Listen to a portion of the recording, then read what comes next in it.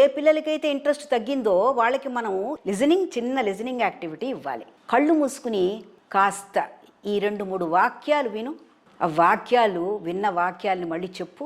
చూడండి, మనం లిజనింగ్ స్కిల్ని పెంచుతాం. Okay, speaking. ఏదైనా ఒక బొమ్మ చూపించి ఆ బొమ్మని చూడు, ఆ బొమ్మని వర్ణించు. ఓకే, ఈ బొమ్మని నువ్వు వర్ణిస్తున్నావు కదా, ఎన్ని పదాలు వాడావు?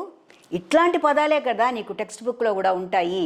ఏది అటువంటి పదాలని నువ్వు కొన్ని ఆ టెక్స్ట్ బుక్లోంచి తీయి. ఓకే, స్పీకింగ్ అయిపోయింది. రీడింగ్. ఏది ఈ కథ చదువు బాబు కాస్త. ఈ కథలోట పాస్ట్ టెన్స్ ప్రెజెంట్ టెన్స్ ఉన్నాయట, కనిపెట్టగలవా నువ్వు? కనిపెడుతుందా పాప? ఇట్లాంటి వాక్యాలే నీకు టెక్స్ట్ బుక్లో కూడా ఉంటాయి.